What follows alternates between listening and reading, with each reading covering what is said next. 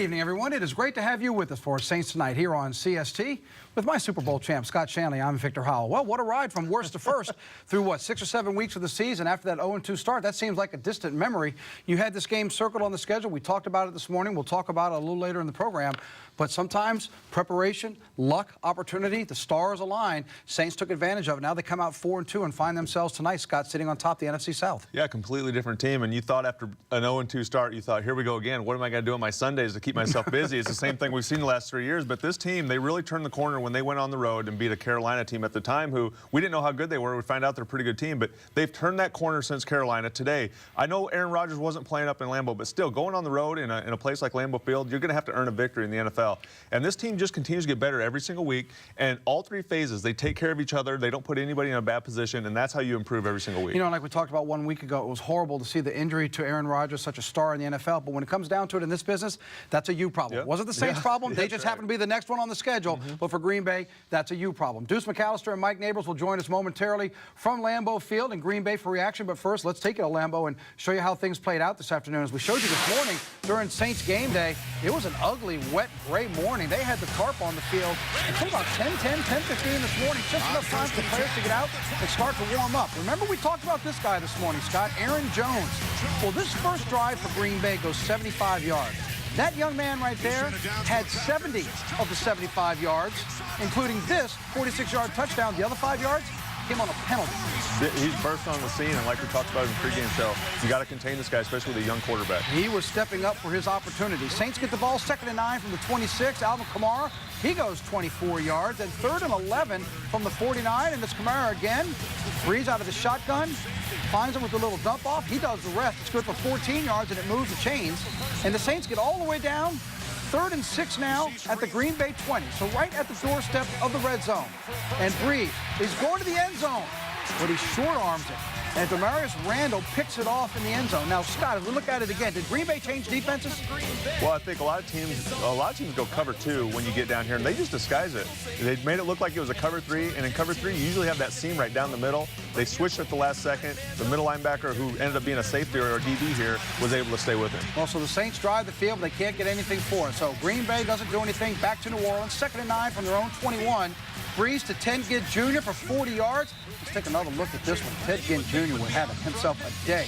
Every time he was targeted, he did just that. Caught the ball. Look as he gets his arm underneath. Doesn't hit the ground. You see him slipping on that wet turf, but it's good to go for 40 yards. Now 2nd and 7 at the 36. And Brees out of the shotgun, going deep again to the sideline, but once again he's picked off. Devon House with the interception. Outstanding man-to-man coverage, Scott, as you see him on the far sideline. Yeah, one thing you don't want to do on the road in the NFL is turn the ball over, but you can't take anything away. That's just a great individual play right there in the red zone. 122 yards for the Saints in the first quarter, but no points thanks to 2 turnovers, and the Packers lead at 7-0. But things would start to change in the second quarter. 3rd and 1 from the 12. Mark Ingram, he does it by himself. 12 yards left side, 7 plays, 53 yards, 3 minutes and 13 seconds on the drive, and the Saints have tied it up at 7. Green Bay now has the ball 2nd and 10 from the 39. Brett Hundley to Randall Cobb, and Cobb's going to take it towards the Saints sideline. They're going to tack on some more because it's A.J. Klein who gets called here for the horse collar. You got to be careful in games like this. Every inch matters. Just got to let go of the. He's probably going to get a fine from the NFL for grabbing the back of the jersey too. That's just how it works. It's football. He was heading out of bounds, but you add on more yardage because of the penalty. Now 1st and 10 from the 32. Martellus Bennett. That's good for 12 yards from Hundley. And then Hundley does something he's never done before in his NFL career. He scores a touchdown. This from 14 yards out. His first career rushing touchdown, 8 plays, 75 yards. 420 yards of total offense in the first half. Green Bay goes to the break, and Hundley feeling the love. It's 14-7 Packers on top at home. But boy, things would change in the second half, at least as it comes to Green Bay's offense. I'm going to tell you about that here in just a second. 2nd and 12 from the 39, and Brees goes to Michael Thomas. And look, Thomas is not down, so what does he do? He gets up. Look what he does. He gets the first down. Heads-up play by Michael Thomas, realizing nobody touched him to officially make him down. 3rd and 9 from the 49, just past the midfield mark. And Brees again to Thomas. Great up grab here inside the 30. It's good for 21 yards. Now 2nd and 6 from the 22, and Brees takes all 22. Brandon Coleman, his third touchdown of the season. He leads all wide receivers, tied for the team lead, 14-14. Oh, wait a minute. We have to kick that extra point, don't we? Look in the middle of the screen, and you see the extra point is blocked. So instead, the Saints trail now by 1. First and 10 for Green Bay now from their own 42. Alex Okafor finds his way into the backfield. He jumps on top of Hundley. It's a loss of 4. Saints would get the ball back. First and 10 from their own 16. I told you, every time Drew Brees looked at Ginn Jr., he did that. Caught the ball. Look at him cut across the field. Takes a nice short pass and uses the afterburners well into Green Bay territory. 47 yards on the completion. The drive would stall at the 10, so in comes Will Lutz from 28 yards, and he makes good after the blocked extra point. It's now 16-14 Saints. Back to Green Bay and back to Aaron Jones. This is where they had success, at least for this young man. We talked about it this morning. He's been waiting for his opportunity. Scott mentioned this is why in the NFL you're always prepared for that next snap. You never know when your time will come. Green Bay's had injuries. Aaron Jones' time has come, and he's making the most of it. That was 21 yards. Now 2nd and 9 from the 44. Hundley goes to Randall Cobb. But watch, now we've got a scrum. Scary Evans jumps on it. David Onyemata. Take a look there, though. Onyemata, watch right here, he's highlighted. He's going to get a personal foul call for dragging Green Bay players off the pile. Saints lead 16-14, but there is trouble brewing as we head to the 4th. Green Bay gets it on the 4th, and it's Mason Crosby who comes in. He's good from 46 yards out. Remember how big that extra point was that was blocked for the Saints. It's now 17-16 Green Bay. Saints get the ball back. First and 10 from the 27. Brees once again to Michael Thomas. Up top, Thomas puts the defense, good for 20. 2nd and 2 now from the 45, approaching the midfield mark. And here comes Kamara again. Out of the backfield. Look at him just split the defense right up the gut, and that's good for 19 yards. Another outstanding rushing day total for the Saints. 4th and 10 from the 26, so they have to settle for the field goal, and Lutz is true again from 44 yards out. It's 19-17 New Orleans. 2nd and 7 for Green Bay at their own 13. But Aaron Jones this time doesn't get anything. How about Klein? Gets back there for the 2-yard loss, and he helps stop that Green Bay offense, which was stopped basically the entire second half. Mark Ingram up the middle, cuts it to the right, and there he goes.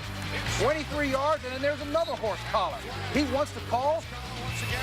He's looking for that call. It's angry Mark Ingram. Look at him. He's jacked up. Now the Saints get 3rd and goal at the 1. And look at Brees with the quick snap. Scott, how many times do we see Drew Brees? We should maybe see this more, but he did that quick snap, quick huddle. He's going over the top, and the old man still got the legs. Old man still has some ups. I saw him dunk over the crossbar in Miami in 2009, but he still got those ups. Great play by him to avoid the hit as well. It's amazing how fast he will do that, and his defense still don't stop it, but he's up there quick. How do they break the huddle? Touchdown, 26-17. Then late 3rd and 6 from the 29. Kenny Vaccaro steps up again with another big play, another interception like he had last year. Picks this one off at the New Orleans 29. I talked about the defense stepping up in the second half. How about this? Green Bay, 65 yards of offense total in the second half. Drew Brees, well, another outstanding game, 331 with a touchdown. Yes, he had those 2 interceptions, but that touchdown was a milestone. More on that later in the program. Hundley, just a tough day. 12 of 25 for 87 yards. You kind of knew that was going to happen. The defense stood tall in Green Bay. It's now a 4-game win streak for the New Orleans Saints, who sit on top of the NFC South, and they return home next week to host the Bears. We're still fighting. I think they're, coming to work. We're preparing. We've traveled well. I think on the road to Carolina, over to London. We're still learning. I think it's not time to come up with any summaries yet. We still have a lot of work ahead of us, and very easily, could have lost a game like this with some of the mistakes. But, there's a little bit of resiliency that I'm proud of, and I thought they're fighting, especially, in the second half of this game. A little sloppy in the first half, turnovers, some little things that we could have done better, but like you said, resilient. Came in, made our adjustments at halftime, and came out and played well. They certainly did play well when they came out of that second half. The defense made all the big difference. And Sean Payton just said something there that I know you've kind of touched on. He talked about how they traveled well. You had a disappointing loss against New England at home, and then the win a week ago against Detroit was kind of one of those crazy games with so many things happening. But you mentioned it at Carolina. They played well in London. Then they go on the road here today. This team has traveled well, a big focus on the road. Anytime you can win on the road in the NFL, like I've always said, it's tough to get a win in this league. It doesn't matter where you are, home or away, but there's something extra special about going to somebody else's house, somebody else's building, and getting a win there, jumping on the plane, and you build that team chemistry as you fly back on the plane and celebrate because you went and got a good weekends of work in somebody else's building. So I think this team, confidence and momentum are a funny thing. Yeah. It's the same guys doing it that were doing it in week 1 and 2. They just believe in each other. They believe in the scheme that they're running, and they're getting on a roll. So no matter what you're doing in life, whether you're selling insurance or playing football, if you have confidence in your ability, you're going to do your job better, and that's what you're seeing right now. Remember last week we talked about if I told you that Drew Brees would go into a game at home and have 186 passing yards, you and Deuce both said, oh, you can figure it out for a loss. Well, remember 1 week ago, it was the rushing game that had more total yards than the passing game. Well, guess what? Today, Drew Brees, an outstanding day in terms of total yards, but another outstanding day for the rushing game. This is what they've been talking about, Scott, when they have this attack here, with both what Kamara's been able to do and Mark Ingram's been able to do. Last week, they went north of 190. Today, they go for 161 to complement Drew's 324 in the past. This has been the biggest difference. Outside the defense, this is the biggest difference why the Saints are 4-2 right now. They're extremely balanced. They're doing a good job. And Mark Ingram has always been one of those most underrated. He's one of the most underrated running backs in the league. And he's overshadowed by number 9, obviously, because of all the numbers Drew puts up. And now you add into the mix of rookie Kamara, who, outside of Deshaun Watson, I think this guy could be potentially rookie of the year in the NFL at the end of the year if he keeps playing the way he is. So just the dynamic duo between those two. And you have an offensive coordinator and a play caller in Sean Payton who's going to get them in plays that suit their strength. Curious to get your thought, because national television was talking about this today when they're talking about the Saints and this little resurgence that we're seeing here in the play. They talked about the rushing game, and specifically they said maybe one of the bigger things that happened to the Saints was bringing Adrian Peterson in. Now, I know he's with Arizona now, but the fact that you brought in a future Hall of Famer, while he may not have worked out, it may have given Kamara and Mark Ingram a little bit of a fire to say, you know what, they're bringing this guy in, but this is our job. Do you buy into that and maybe what it's done to this? I definitely do, because competition makes us all better. And I know Mickey Loomis and Sean Payton have always believed in bringing in competition. There would be years where 2008, I got named NFL, or I got named Saints Defensive Player, and they bring in Dan Morgan from the Carolina Panthers, who was an outstanding linebacker, and you're sitting there thinking, well, what else do I have to do? But they just believe in competition. You're either getting pushed, or you're either getting better or you're getting worse. And to do that, they need to push you. Bringing in a guy like Adrian Peterson, that makes everybody's eyes open up and ears open up. And I think you've seen this resurgence in Mark Ingram. Not resurgence, but improvement. And he's running with a purpose. And so the attitude has changed. And, of course, anybody who runs the ball will be chasing Deuce McAllister, who sits on top of the rushing list for the New Orleans Saints franchise. And, of course, now he's on our team. He was at Lambeau for the call of the game on the Saints radio network. And afterwards, he shared his thoughts with our Saints insider, Mike Neighbors. Here in Lambeau Field with Deuce McAllister, who has some good memories here. In many ways, boy, the Saints. Bad too. I told my ACL here. Maybe I should start this interview again. I have bad memories of him taking out a cameraman here as well. We'll get past all of that in this interview. Let's start over. Saints, 4 straight now. First place in the NFC South. What do you think of this football team? Well, they showed a little resilient. I mean, because, you know, this was not their best game, but for them to be able to close it out and finish it, you know, with a turnover, you know, I know you can go back and look at the penalties. You had 2, I'd call it at least 1.5 red zone penalty. I mean, turnover. You know, run defense has to be a lot cleaner. So there's some things that they can clean up. You know, they had a block, extra point. But at the end of the day, they come away with a win. And so on the road, you'll take those all day, any day. I asked Sean Payton after the game, what do you like about this football team? He says resiliency. Yeah. What do you like about it? Well, you know, and I think that, you know, having a short memory. You know, the play of Marshawn Lattimore has been phenomenal. He's been able to travel with receivers, and, you know, I think that definitely helps what they can do from a defensive standpoint. But, you know, up front, you lose Larry Warford for probably at a half, and Kellemente steps right in, and then they're able to keep things going. So, you know, you're really proud for them, you're happy for them, but I don't want them to think they've arrived, because they haven't. Talk about Mark Ingram. He's taken the high road when it comes to Adrian Peterson, but since AP's left, he's gone back-to-back 100-yard games. Seems like the more he gets the ball, the better he does out there. Yeah, I mean, for him, he's just going out and going to work. I mean, and that's all you can ask. Just go out there, do your thing, just go to work. You know, when the carries are there, make the plays. When they're not, you know, live to see another day. I think him and Kamara have done an outstanding job of just being, you know, versatile and putting defenses on their heels. Final question. I know you got to catch the bus here. We don't want them to leave Deuce. Sean Payton has drawn comparisons to the 06 team, small sample size with this team. I've seen other people agree with that. Do you see similarities at all? Well, you see similarities. You know, I don't think they have as many castaways as we had. You know, a lot of teams didn't want a lot of players on our team, you know, but this group is showing that they are worthy of some of the praise that they're getting, you know, and for the most part, they have to continue to earn it each week. You know, I think if they can put a couple W's on the board, you know, just stack a few of them, defend at home, then you start to say, hey, look, this team is really dangerous, and I think that they'll continue to grow into that phase. Appreciate your time. I still remember his game-clinching touchdown in that 06 game, the second win of the season for the New Orleans Saints. We appreciate Deuce McAllister. I'm Mike Neighbors here in Lambeau. Back to you in the studio. All right, Deuce and Mike, thank you very much. We'll be back with Mike in just a little while with more reaction from Lambeau Fields. We take a look at the final numbers, and you see the passing yardage. Not a shock. Scott, we talked about this, and your key, you talked about that defense. Get to Hundley early, introduce him to the real NFL for a full 4 games. You're now the starter whether you wanted to or not, and the Saints needed to make him uncomfortable. And you can see the discrepancy in the passing yards, and in total, as I mentioned, 65 yards for Green Bay's offense in the entire second half. Yeah, just focusing on the Saints defense. Outside that first drive where the Packers ran the ball down the field, there was really no other concern in the game. They had the passing yards under control. You're not going to win any games, or really many games in the NFL, only throwing for 79 yards. So great job by the Saints defense, but ball control.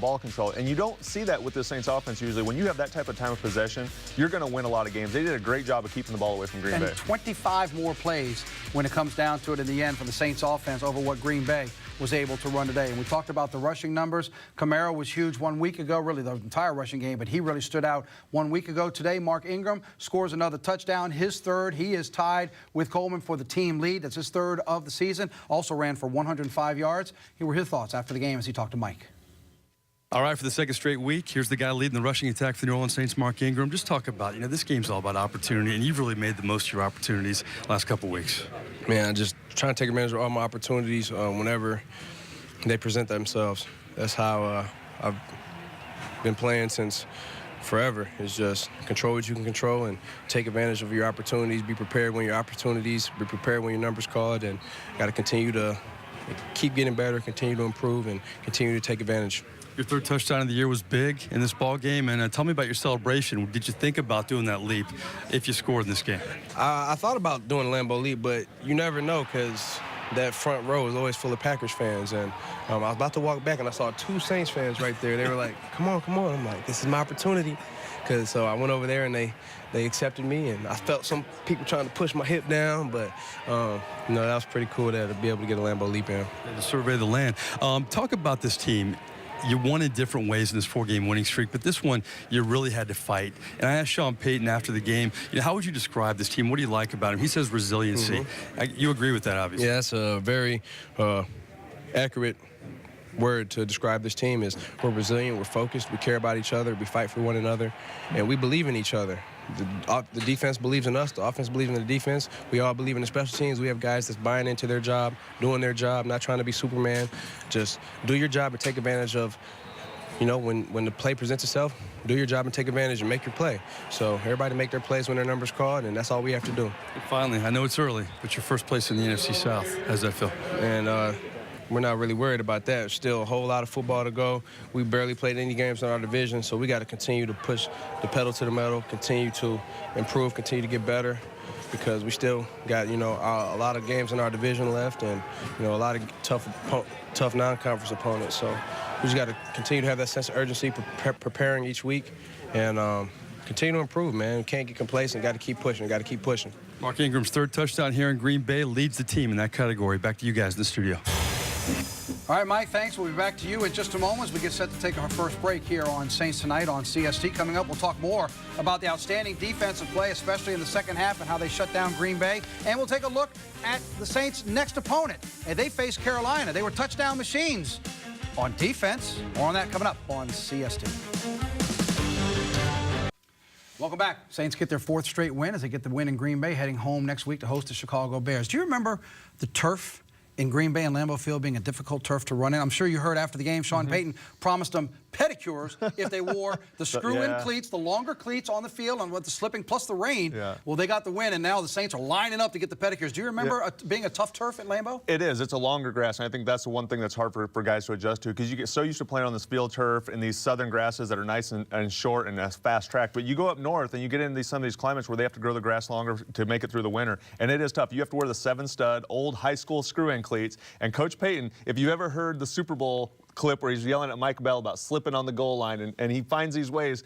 He does not put up with guys not wearing the screw-in cleats. He's old school when it comes to not slipping and making sure guys aren't wearing these new hybrid molded cleats. Right, because that's been all the trend. But he wanted to make it a point because he didn't want them having trouble at Lambeau. They did. They got the win. He's already lining them up for pedicures. The defense certainly had it their way here, especially in the second half. So we take a look at some of this outstanding defense. Hundley found his way. The running back was really good for Green Bay early on. But, boy, in the second half, they really just shut things down. This is one of the highlights from first quarter on 3rd and 1. Trey Hendrickson, you see him getting his hands up in that passing lane. This is what Scott was talking about. Get to Hundley, make him a little nervous. But what did you see overall from the defensive play and how they were able to really settle in and really control this game for the Saints? Well, just in general, I know I've been beating the table for Dennis Allen, knowing what he's doing as defense coordinator. And what he's done is he's taken the guys he has. He understands what their strengths are. He's putting them in position. And the guys are believing in the scheme. They believe they're supposed to be where they're supposed to be. And that's easier said than done a lot of times. So sometimes the guys will jump out of their spot, trying to make plays, trying to do too much. These guys know their role. They do their job every single week. And that's why you see the progression every single week, and they keep getting better. Yeah, we saw more big plays from Marshawn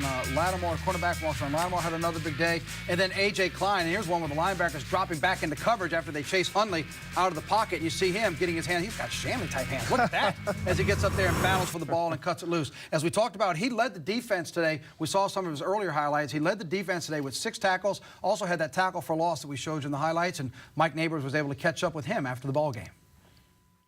Another fine defensive effort. Just talk about where this defense is and how confident you are right now. Obviously, we're gaining confidence. There's on this tape when we turn it on, it's going to be ugly at times.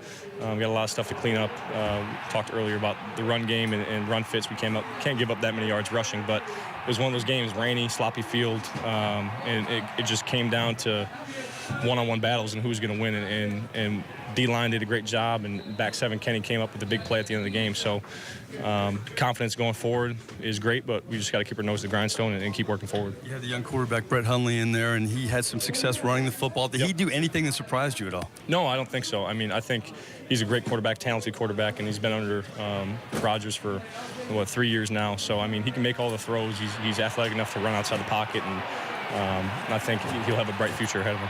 You guys are in first place in the NFC South. I know it's early, but you have to feel good about that. Yeah, really early, and we feel good about it. But enjoy this win today and get back to work tomorrow.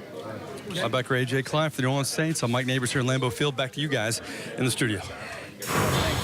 You know, we were talking about having fun with the whole pedicure thing and the turf, but there is something to it, especially for the special teams. And again, take it back to this morning. We were just about to come on the air. They were just taking the tarp off the field. They'd had those torrential rains. They were trying to keep it as dry as they could. Scott mentioned the long grass. Well, if nothing else, that certainly can affect special teams. Oh, yeah. You heard Sean Payton say in his post-game press conference, one of his comments, he said, there are things we need to work on. There were some things that happened that could have cost us the game. Certainly a block extra punt. They had a muff on a punt reception. However, special teams today, very good. One of the best in the league. Well, of course, we know who that is. That's Thomas Morstead, outstanding punter for the Saints, and what he was able to do. 2 punts. Hey, he averaged 39 yards. We know he can kick it longer than that, but Scott, it's about the placement. Both of these inside the 20, and neither one of them are returned for Green Bay. He's the best in the business. You heard Bill Belichick a few weeks ago just say those exact same words, and that's a high compliment coming from him, obviously. But when you talk about field position, these are the things that the Saints are doing this year that are making a huge difference. Putting the ball down there, making teams drive the field, good punts, good placement, good coverage. Those things all matter in the end. It's hidden yardage, and Bill Parcells and Sean Payton, they talk a lot about that. Now, again, we talk about the turf here, and Zach Wood, we need to give him credit as the long snapper, handling the ball out of snap and getting it clean. But how about Will Lutz and the focus? Look, you come in there, that extra point could have made a difference. You get it blocked, but then he comes back. He was huge with the field goals, and you're seeing him right here. A 28-yarder, a 44-yarder, and then in the fourth quarter, he's able to convert after Drew Brees goes over the top, making the big difference. But that shows you more of that mental toughness and that resiliency that Sean Payton's talking about. Yeah, absolutely does. And I think the one thing you look at that game is a one-score game on the road at Lambeau Field. the difference with this Saints team is they're winning these 50-50 games. They're winning these battle of will games in the end. And the other teams aren't making the plays. The Saints are making the plays. Or at the very least, the Saints aren't making the plays to get themselves beat. And you see this year in these games, they're making the plays when they matter most. Huge day by Will Lutz. Outside the blocked extra point, they'll watch that on tape. Just too much penetration. But way to kick on that surface in a day like today. Certainly a good effort by the special teams. We focus some on the defense in a moment. We'll talk to Drew Brees and talk about his game from the passing point of view. We already talked about the rushing game with Mark Ingram. How about the receivers? I mentioned it in the highlights. All Ted Ginn Jr. did today was catch passes. 7 targets, 7 receptions, 141 yards. An outstanding day as a target for Drew Brees. And here's what he thought about the performance when he talked to Mike. A big victory here on the road for the Saints, and here's the leading receiver, Ted Ginn Jr. And just talk about this game for you, a big part of the offense today. Well, you know, I started off kind of you know, shady on the special teams, you know, and I just had to just make plays, man. And we knew how important this game was for us and our team, and you know what we trying to do, and you know it was a must-win, and you know we all came in and we knew what we was doing wrong as far as the first half. And we just came out second half. We just try to put it together the best way we can. Leaned on the running game quite a bit, but it seemed like when they needed a big play, you made it. Did you feel momentum building in this game from what you were doing? Well, yeah, you know, I just had that attitude that I had to make a play because I had messed up so many times, you know. And once I get into that mode, man, I'm just ready to go. And Drew felt it, you know, and he just came out and he just kept feeding me. This team is winning in different ways. I mean, this game completely different than a week ago, but yet you have 4 wins in a row right now. The confidence of this team has to be sky high. Well, you know, it's any given Sunday, you know, so every Sunday is going to be something different, you know, and whatever that's going for us, you know, we're a team here. You know, we play for one another. We play for each other, no matter what side of the ball you're on, and that's what we're trying to get done. I mentioned the winning streak. Finally, you guys are in first place in the NFC South. How does that feel? Well, you know, man, we're just trying to take it one game at a time, man. In this league, you know, things can change. It could go either way, you know. For us to be in the driver's seat right now is a blessing, you know, but we just got to keep putting wins behind her and just keep going week by week and day by day. I appreciate your time. Yep. Big play, Ted Ginn, leading the Saints with 7 catches for 141 receiving yards. Back to you guys in the studio. We know all too well how fast things can change from 0-2 to first place in the South, and we know a man who's always focused on the effort. That man, Drew Brees. He talks to Mike when we come back with more of Saints Tonight on CST.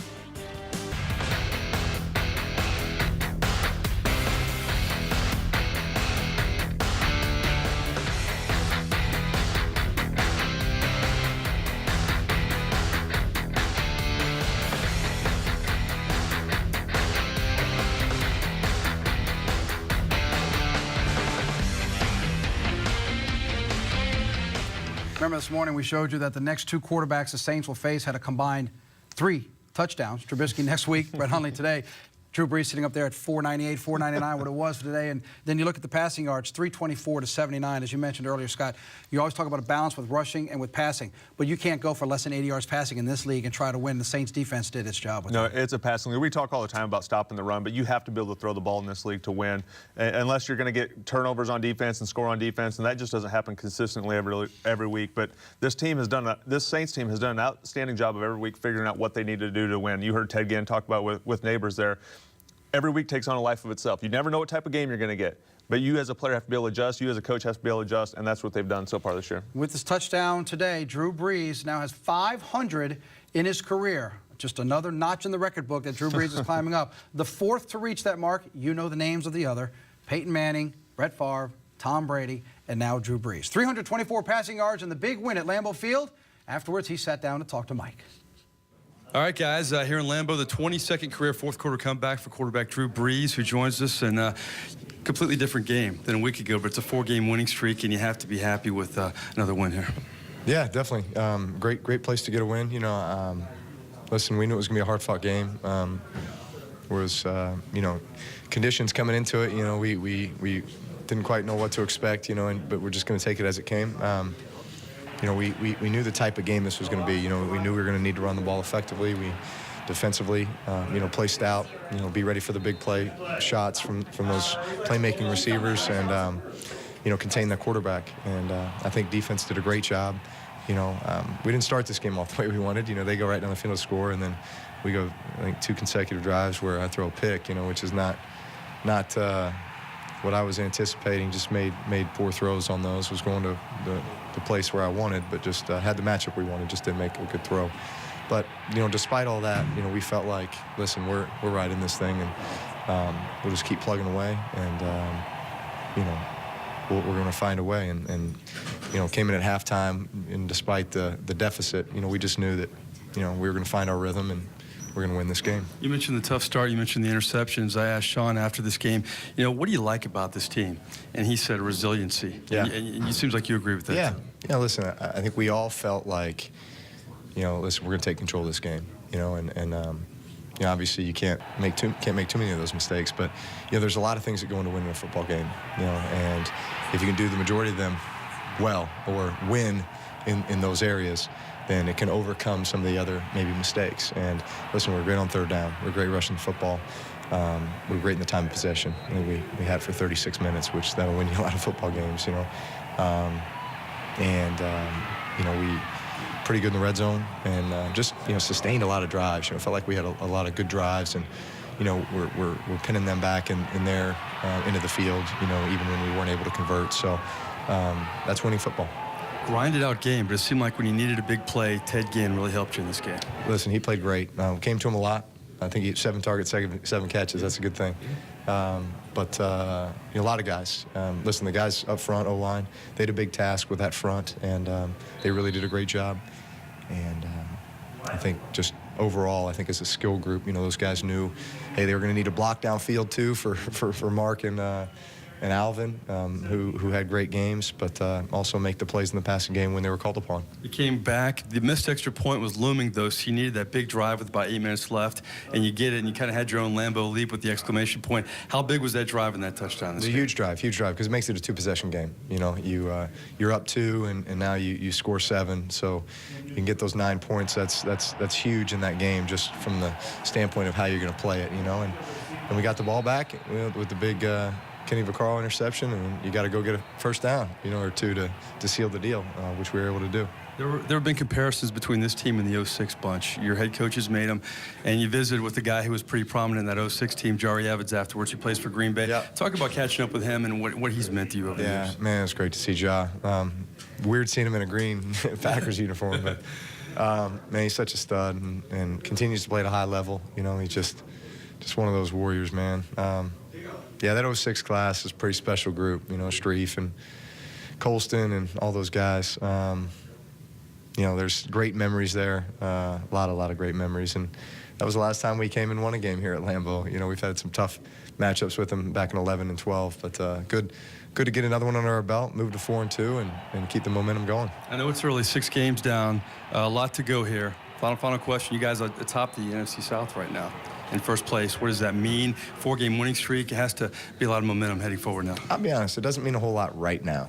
Right. We got a lot of football left ahead of us. All we're thinking about is we've won 4 in a row. We're trying to win 5 in a row. And then we'll just keep going from there. But I think this will be an extremely tough test for us this week with Chicago coming to town. Nice game. Appreciate it. Thank you. A 4-game win streak is nice. A 5-game win streak would be sweet.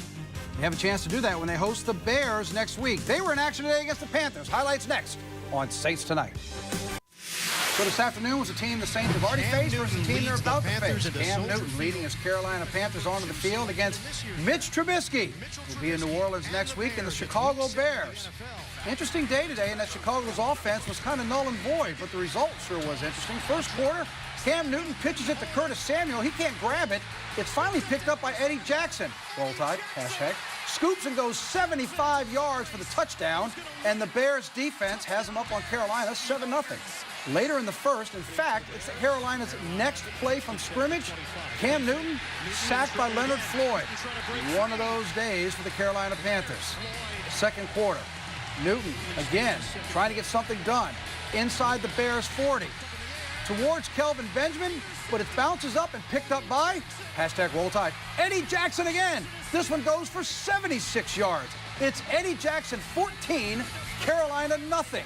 In the fourth quarter, Cam Newton trying to scramble, make anything happen, but it's Danny Trevathan with the kickoff.